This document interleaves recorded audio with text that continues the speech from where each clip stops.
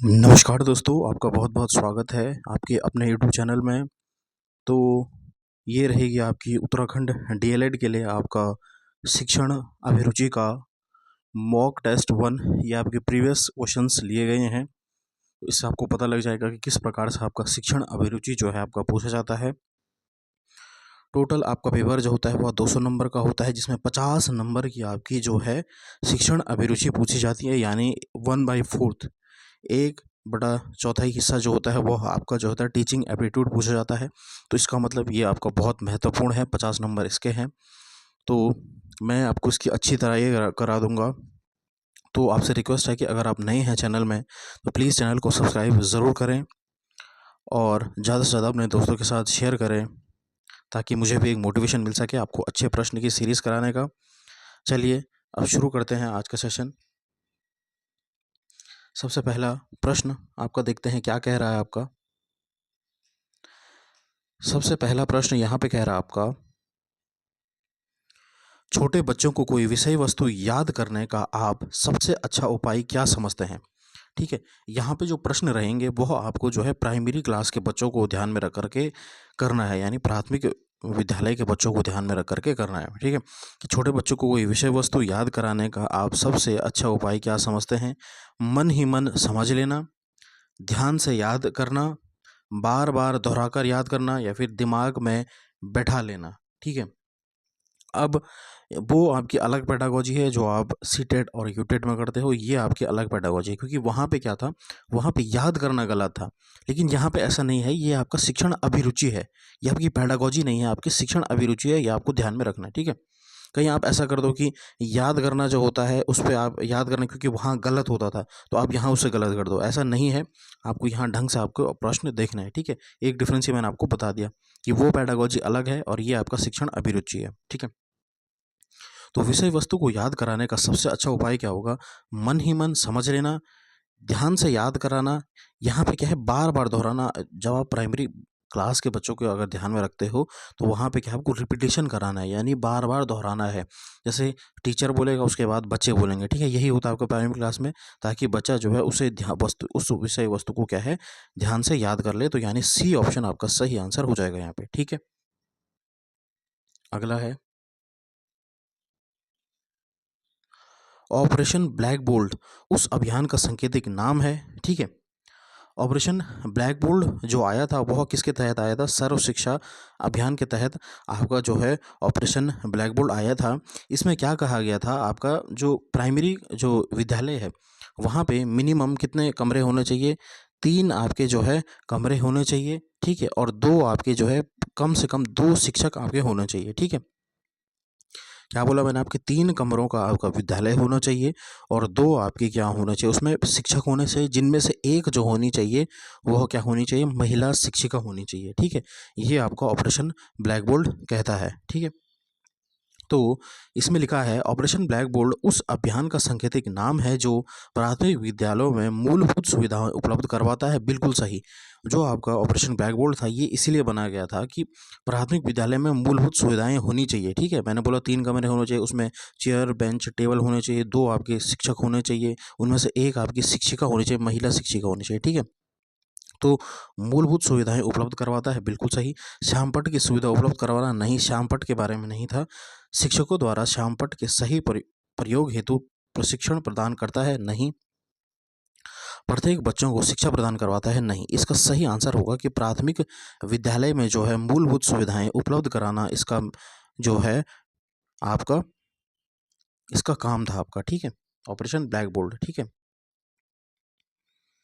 चलिए अब अगला प्रश्न देखते हैं। आपका अगला क्या कह रहा है, आप देखते हैं कि कक्षा शिक्षण के दौरान कोई छात्र पढ़ाई की ओर ध्यान नहीं दे रहा है, तो आप ऐसी स्थिति में क्या करेंगे। ठीक है, कि कोई जो छात्र है वह पढ़ाई में ध्यान नहीं दे रहा है, तो ऐसे में आप क्या करोगे, उसे छात्र को डांटेंगे, गलत हो जाएगा।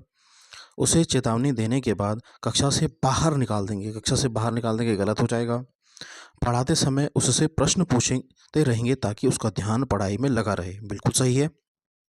ठीक है, कि आप जो है उस बच्चे पे क्या है, अगर आपकी कक्षा में कोई शैतान बच्चा है जो कि पढ़ाई नहीं करता है, तो आपको क्या है उसको टास्क देना है। ठीक है, यही आपका जो है कहा गया है आपका कि शिक्षण अभिरुचि में यही होता है कि अगर कोई बच्चा शैतानी कर रहा है या फिर कोई ध्यान नहीं दे रहा आपकी कक्षा में, तो आपको उस बच्चे को मारना नहीं है, उसे बाहर नहीं निकालना है, बल्कि उससे प्रश्न पूछते रहना है, उसको एक टास्क में इन्वॉल्व करते रहना है, ठीक है। डी कह रहा है कि उसको स्पष्ट बता देंगे कि या तो वह ध्यान दे या कक्षा से बाहर चला जाए। फिर ये भी गलत है कि ध्यान दे या फिर कक्षा से बाहर चले। इसका सही ऑप्शन आपका सी हो जाएगा कि पढ़ाते समय उससे प्रश्न पूछ रहे रहेंगे ताकि उसका ध्यान पढ़ाई में लगा रहे, ठीक है। अगला देखते हैं आपका, जब अध्यापक अपनी कक्षा के छात्रों के लिए शिक्षण योजना तैयार करता है तो उसे छात्रों की, ठीक है, आयु को ध्यान में रखना चाहिए, आयु के हिसाब से चलना चाहिए, यानी बौद्धिक आयु को ध्यान में रखना चाहिए। बौद्धिक आयु यानी जो उसका IQ होता है, ठीक है। अगला है आर्थिक पर्यावरण को ध्यान में रखना चाहिए, यानी किस वातावरण से आया है वह उसको ध्यान में रखना चाहिए। नए अनुभवों को ध्यान में रखना चाहिए, ठीक है। तो इसका सही आंसर हो जाएगा कि बच्चे की बौद्धिक स्तर के हिसाब से कि कितने जो आपका स्तर है उसके हिसाब से उसको क्या है, बच्चों को पढ़ा उसका ध्यान रखना चाहिए, बच्चों को शिक्षण योजना तब तैयार करनी है उसको, ठीक है। तो इसका ऑप्शन बी हो जाएगा आपका सही आंसर।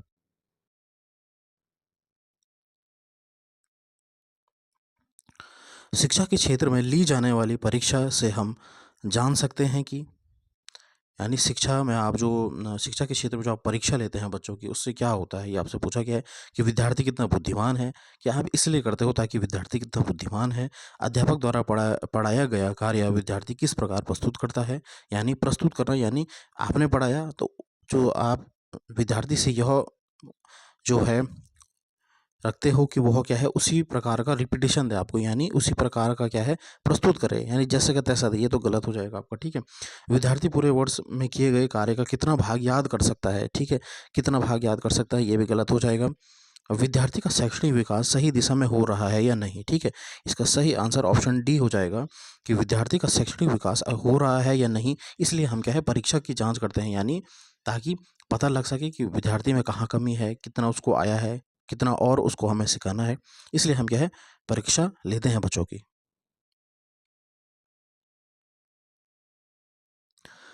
शिक्षक को अपने छात्रों का नाम जानना चाहिए। इसका मुख्य लाभ यह है कि, यानी एक शिक्षक को अपने विद्यार्थियों का नाम जानना चाहिए। ऐसा क्यों है?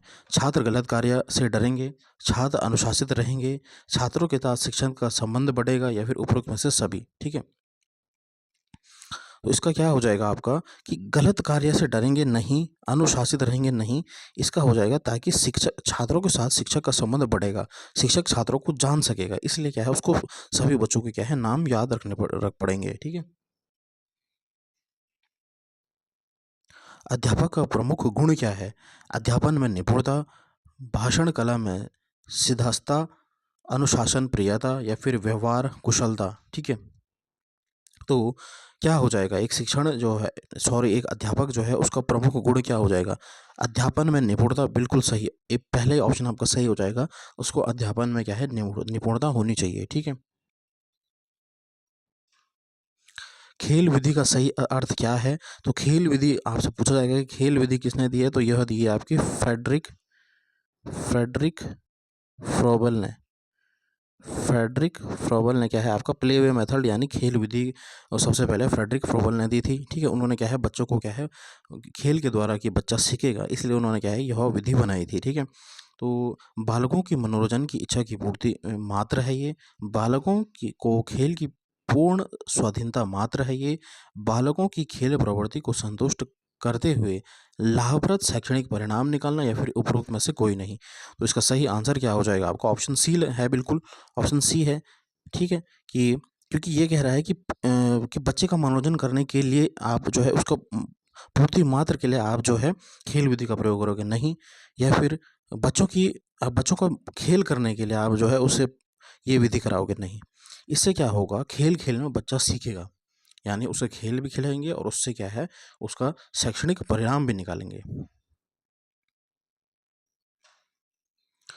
अशुद्ध उच्चारण सुधारा जा सकता है पुनरावृत्ति द्वारा, समानता वाले शब्दों का उच्चारण कराकर, शब्दों को खंडों में बांटकर, या फिर उपरोक्त में से सभी।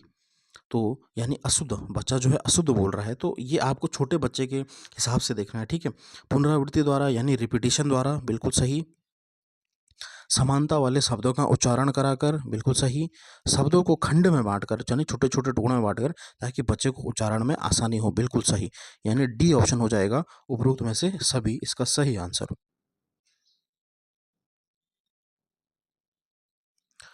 आप अपने विद्यालयों में स्व अनुशासन का गुण कैसे विकसित करेंगे? उत्तरदायित्वों को सौंपकर, आचरण संबंधित नियम की जानकारी देकर, या फिर दंड देकर, या फिर नियमों का पालन कराकर, ठीक है? नियमों का पालन गलत, दंड देकर गलत, ठीक है? अब 2 ऑप्शन बचते हैं आपका कि उत्तरदायित्वों को सौंपकर या फिर आचरण संबंधित नियमों की जानकारी, आचरण संबंधित, ठीक है? यानी डिसिप्लिन बनाना है, ये भी गलत हो जाएगा। इसका सही आंसर हो जाएगा ऑप्शन ए, यानी उत्तरदायित्वों को सौंपकर। आपको बच्चों को क्या है, ड्यूटी देनी है, बच्चों को कार्य देना है, ठीक है? चलिए अगला प्रश्न देखते हैं आपका। सामूहिक खेलों से छात्र को कौन सा लाभ होता है? सामूहिक खेल यानी ग्रुप प्ले, जब बच्चा अपने दोस्तों के साथ खेलता है, समूह में खेलता है, तो उससे क्या लाभ होता है? उत्तरदायित्व निभाने के गुण का विकास होता है, या फिर नियम पालन का अभ्यास होता है, मिलकर कार्य करने की ट्रेनिंग होती है, या फिर उपरोक्त में से सभी। देखो ये यहाँ पे क्या हो जाएगा, मिलकर कार्य करने की ट्रेनिंग भी सही है, और उत्तरदायित्व निभाने का गुण भी उसमें विकसित होगा, और ठीक है, तो इसका मतलब आपका यहाँ पे नियम पालन का अभ्यास भी सही हो जाएगा, ठीक है?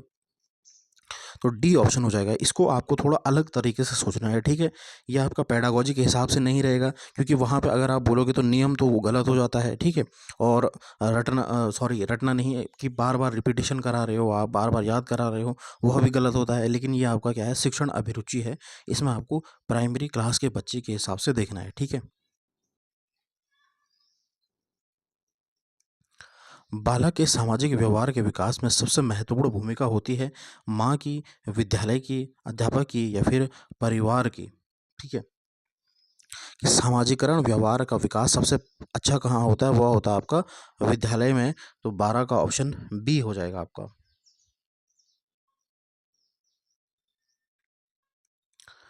कक्षा शिक्षण में छात्रों की रुचि बनाए रखने के लिए अध्यापक को क्या करना चाहिए? शामपठ पर अधिकाधिक प्रयोग करना चाहिए, यथार्थ जीवन के उदाहरणों पर भरपूर प्रयोग करना चाहिए, शिक्षण सामग्री का खूब प्रयोग करना चाहिए, या फिर छात्रों को चर्चा का भरपूर अवसर देना, ठीक है? छात्रों को चर्चा का भरपूर अवसर देना, ये भी सही है। यहाँ पे लिखा है कि शिक्षण सामग्री का खूब प्रयोग करना, ये भी सही है, ठीक है? और ये तो शामपठ पर अधिकाधिक प्रयोग, ये तो गलत है।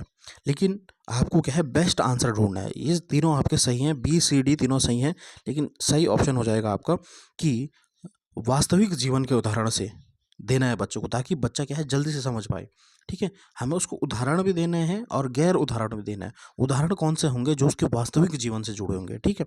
तो यहाँ पे सही आंसर क्या हो जाएगा? ऑप्शन बी आपका सही आंसर हो जाएगा। अध्यापक का क्या लक्ष्य है?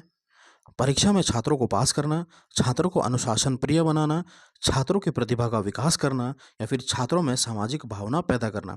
कि एक अध्यापक का कार्य क्या होना चाहिए? कि पास करने के लिए नहीं, अनुशासन बनाने के लिए नहीं, और सामाजिक भावना पैदा करना, ये भी सही है, और प्रतिभा का विकास करना।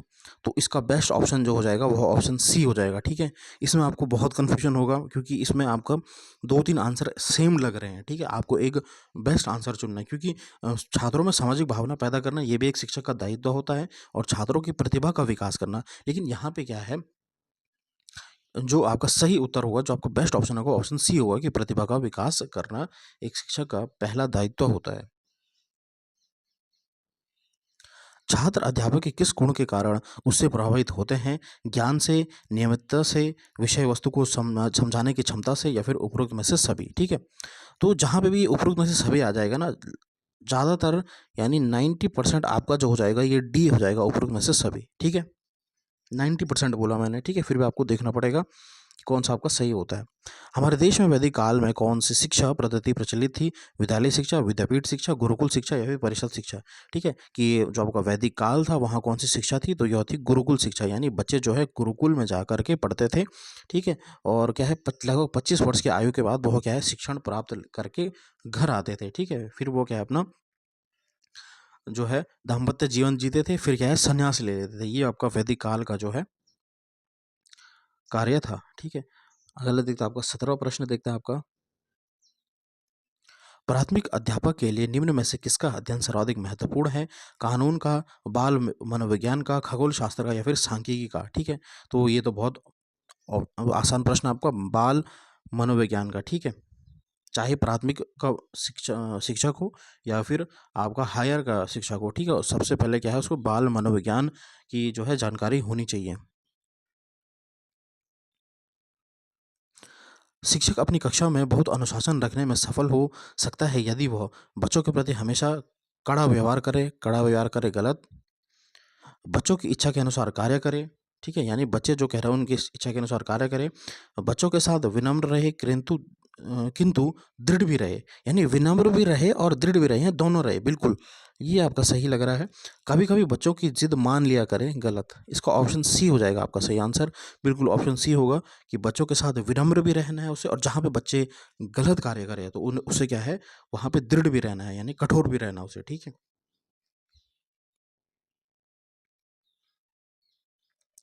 आपकी कक्षा में एक बुद्धिमान छात्र है जो आपके समक्ष सदैव अपने ज्ञान का प्रदर्शन करता है, आप ऐसी स्थिति में क्या करेंगे? ठीक है, आपकी कक्षा में एक बुद्धिमान छात्र है जो आपके समक्ष सदैव ज्ञान का प्रदर्शन करता है, तो ठीक है, आपके सामने मतलब आप एक शिक्षक हैं, तो आपके सामने एक बुद्धिमान छात्र है, वो अपने ज्ञान का प्रदर्शन आपके सामने कर रहा है।